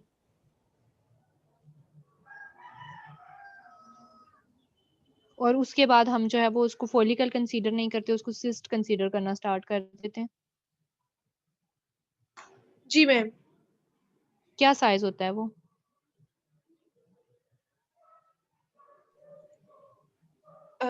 मैम 4.1 सेंटीमीटर में अगर होगा तो। बेटा मैंने एक पूछा है कि नॉर्मल फोलिकल जो हमारे पास एक होता है, जिसका हमने जब हमारे पास फोलिकुलर मैच्योरिटी के लिए आपके पास अल्ट्रासाउंड आते हैं ना कि आपने फोलिकल्स की मैच्योरिटी बतानी है, तो उसमें आपने साइज बताना होता है कि भाई ये फोलिकल जो है वो अब इतने mm का है। तो नॉर्मल साइज कितना फोलिकल का होता है? मैंने मैक्सिमम नॉर्मल साइज कितना होता है एक फोलिकल का?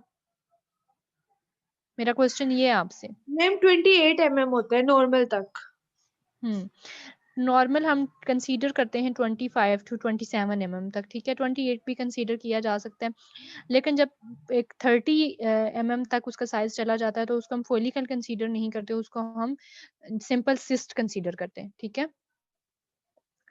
तो फोलिकुलर मैच्योरिटी के लिए हमारे पास अल्ट्रासाउंड आते हैं, आपने उसमें फोलिकल की अगर दोनों साइड पे फोलिकल्स हैं तो दोनों साइड के फोलिकल्स की आपने राइट की और लेफ्ट दोनों की करनी होती है। उसके बाद आपने यूट्रस का साइज बताना होता है, ठीक है। उसकी शेप बतानी होती है, उसका कंटूर बताना होता है, एंटीवर्टेड है या रेट्रोवर्टेड है, इसके स्मूथ और हेमोजेनस टेक्सचर है या जो है वो रिजिड और हेट्रोजेनस टेक्सचर है। एंडोमेट्रियल लाइन इज इंटैक्ट, ठीक है। एंडोमेट्रियल लाइन में कोई फ्लूइड तो नहीं है या वो इंटैक्ट है, और कितने mm उसकी थिकनेस है। No gestational sac, POCs or fibroid noted. आपने बताना होता है कि जो है आपको यूट्रस में कोई गेस्टेशनल सैक तो नजर नहीं आया, कोई पीसीओज वाला मामला तो नहीं है या कोई फिब्रॉइड तो नहीं है, ठीक है। उसके बाद ओवरीज नॉर्मल हैं या नहीं है। ओवरीज को हम आयशा हम किस में मेजर करते हैं? ओवरीज को ml में मेजर करते हैं, mm में मेजर करते हैं? मैम एमएम में। और मैम मैं तो सर्विसेज में सीएम में भी मेजर करती हूँ, मतलब मैम रिपोर्टिंग करवाएं अगर कंसल्टेंट बैठी हो तो वो सेंटीमीटर में भी लिखवा देती हैं रीडिंग्स। अच्छा, तो कितना इसका नॉर्मल कितना साइज, ओवरी का कितना नॉर्मल वॉल्यूम होता है?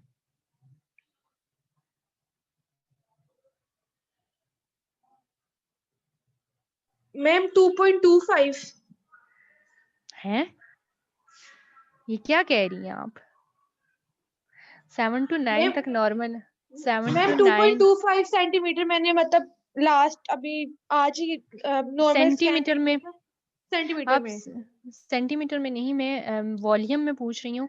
7 टू 9 तक नॉर्मल ओवरी का वॉल्यूम होता जी है, ठीक है? 7 ml टू 9 ml तक नॉर्मल ओवरी का वॉल्यूम होता है, ठीक है? उसमें आपने एडिनेक्सल मैसेज को भी आइडेंटिफाई करना होता है, फ्री फ्लूइड है या नहीं है, पाउच ऑफ डगलस में वो बताना होता है, यूरिनरी ब्लैडर नॉर्मल है या नहीं है, ये भी आपने बताना होता है, ठीक है? उसके बाद आप कंक्लूजन में आके बताते हैं कि गेस्टेशनल सैक था या नहीं था, कोई फिब्रॉइड था या नहीं था, एंडोमेट्रियल की थिकनेस है। कंक्लूजन में ही आपने लिखना होता है कि जो है आप इसको कोई फर्दर जो है वो हार्मोनल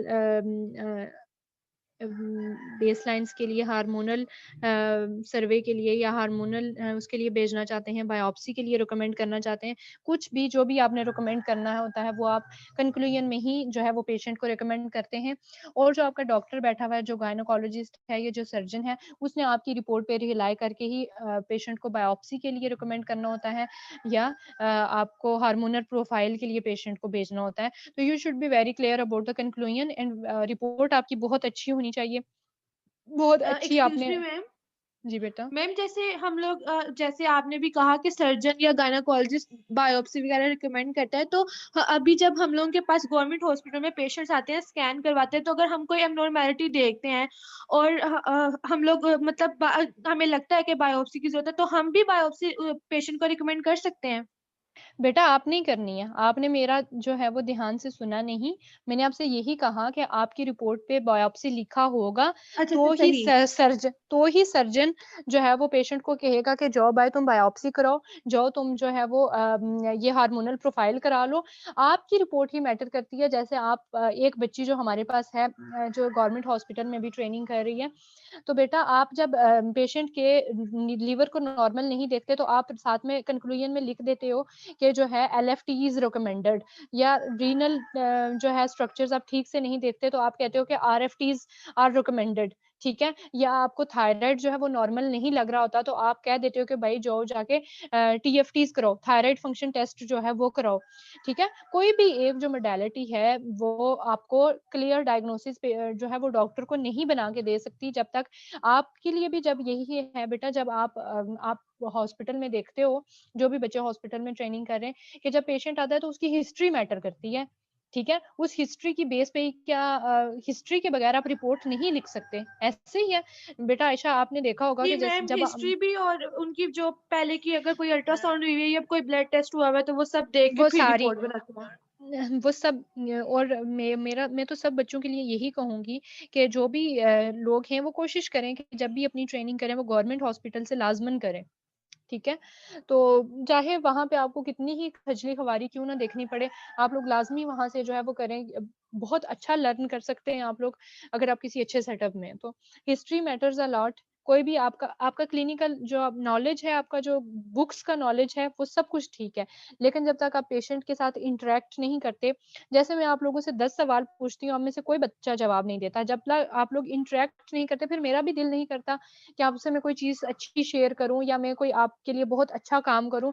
आप लोग जब रिस्पॉन्ड नहीं करते तो मेरा भी दिल नहीं चाहता। इसी तरह से जब पेशेंट आपके के साथ आप इंटरैक्ट नहीं करते, तो आपका भी जो है वो आप अच्छे एक रिपोर्ट नहीं बना सकते, ठीक है?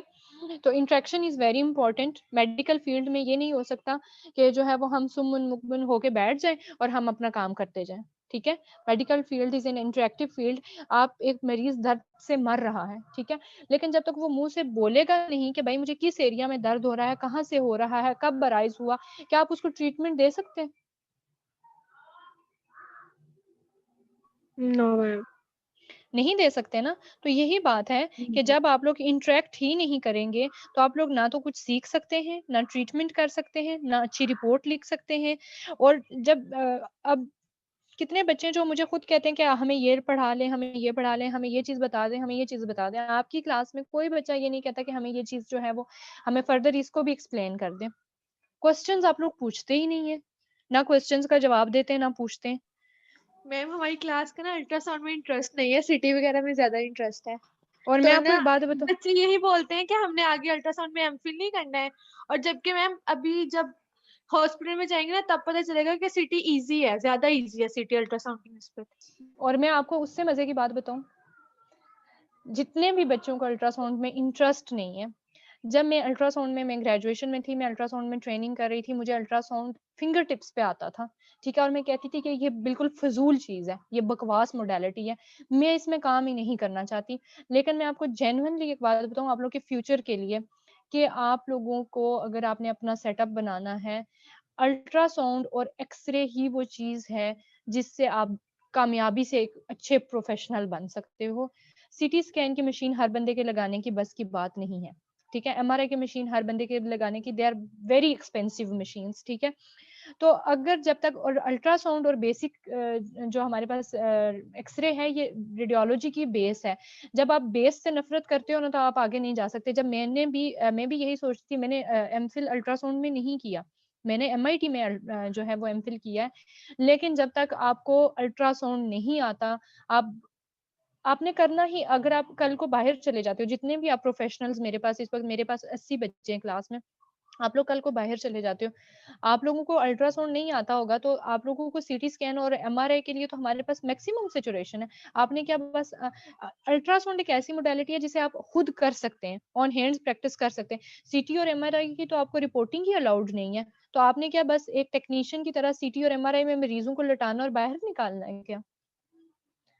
एग्जैक्टली अल्ट्रासाउंड मैम, और इतनी वो इंसल्ट चीज़ है फील होती है मैम ये इस चीज में कि आप मे रिपोर्टिंग नहीं कर सकते और आप एक अब डिप्लोमे वाले टेक्नीशियन की तरह काम कर रहे हो। आप एक यही तो बात है ना बेटा, आप लोगों को आप वैल्यू नहीं समझते।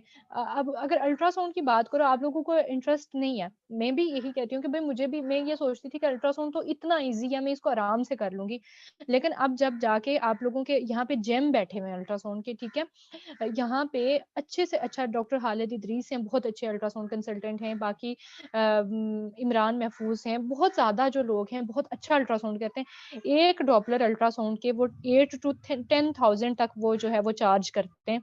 वो क्यों चार्ज करते हैं? क्योंकि उनको अल्ट्रासाउंड की एक ग्रिप है, ठीक है? They are expert in this field. तो आपको ये कबूल है कि आप टेक्नीशियंस की तरह मरीज़ों को लटाओ और एक्सपोज़र मारो, या आपको ये कबूल है कि आप एक डॉक्टर की तरह एक अच्छे जो है वो सोनोलॉजिस्ट की तरह बैठ के अल्ट्रासाउंड करो, या टेक्नीशियंस की तरह काम करो?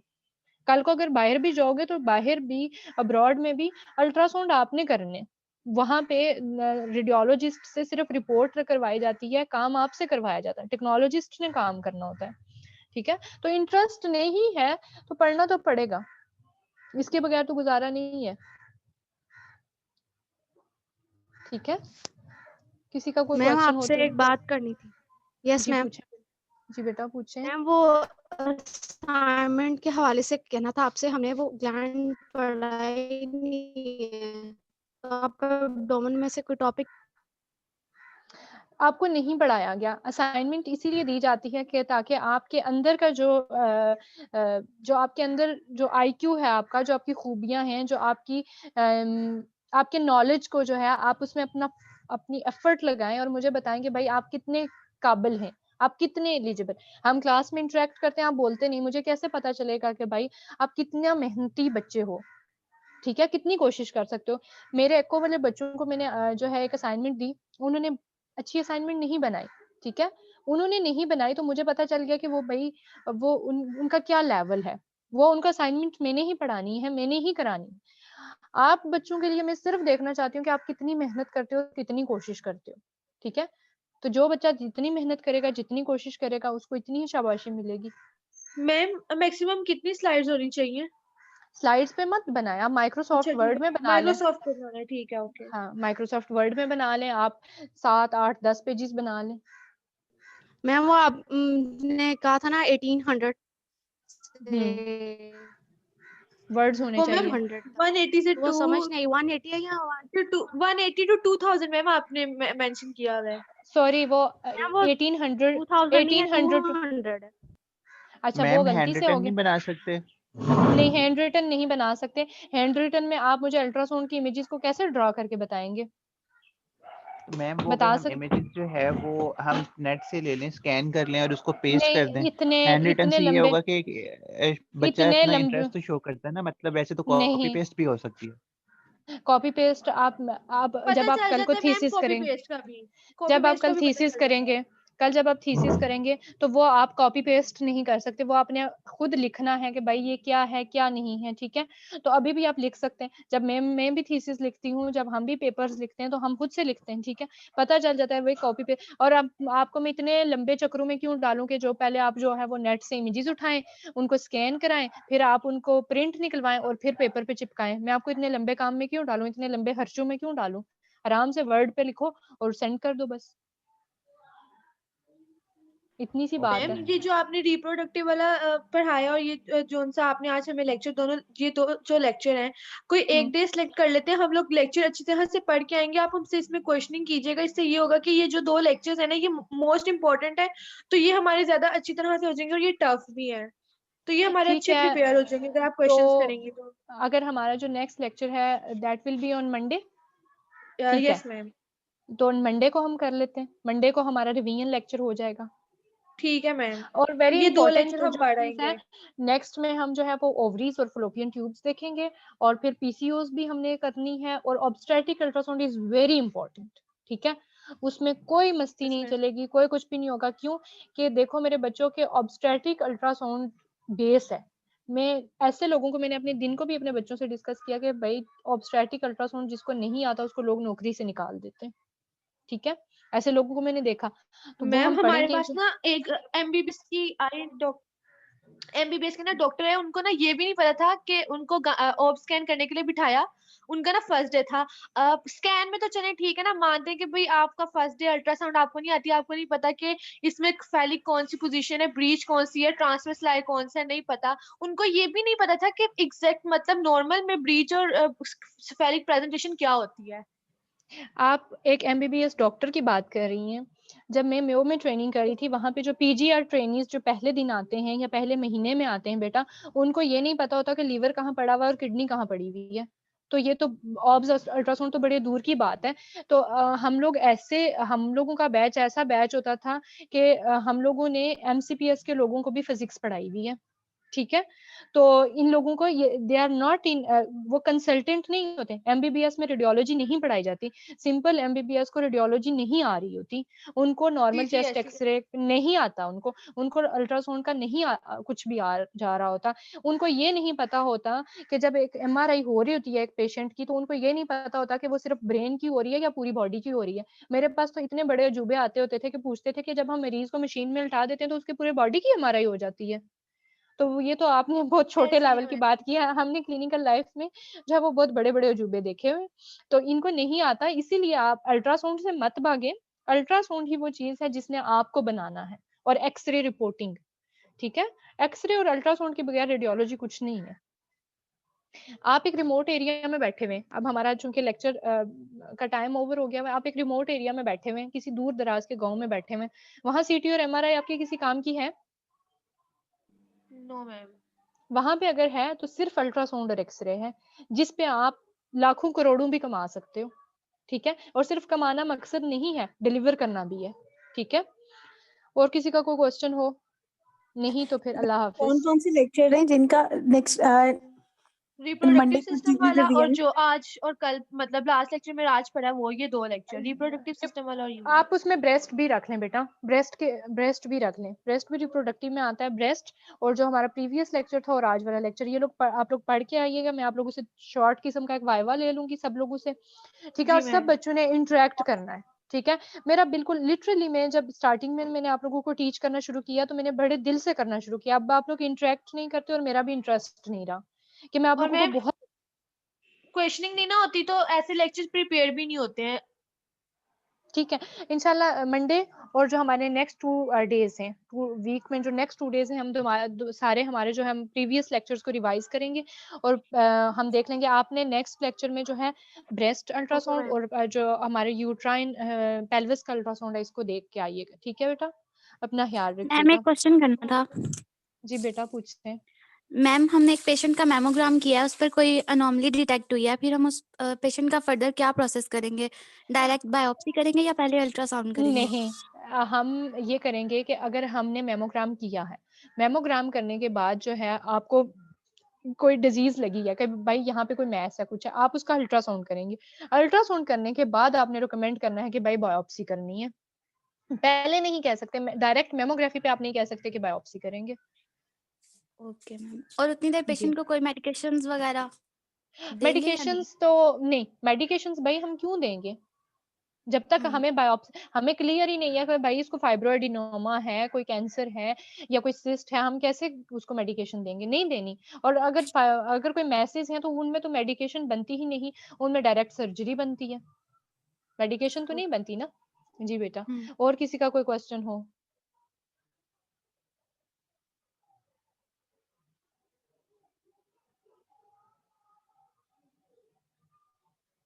मैम मलाइका, आप मुझे चैट बॉक्स में बता दें क्या कहना चाह रही हैं, आपकी आवाज नहीं आ रही।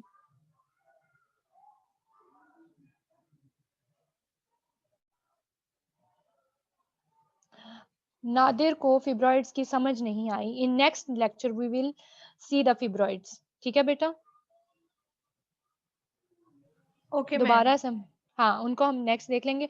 जी बेटा, आप कुछ और कहना चाह रहे थे मलाइका? आपकी मुझे आवाज क्लियर नहीं आ रही थी। ठीक है बेटा, अपना ख्याल रखिएगा, और कोरोना बहुत ज़्यादा स्प्रेड हुआ जा रहा है। ठीक है, तो अपना भी ख्याल रखिएगा, अपने घर वालों का भी ख्याल रखिएगा, और केयर करें प्लीज़ सब लोग। ठीक है बेटा, अल्लाह हाफिज़।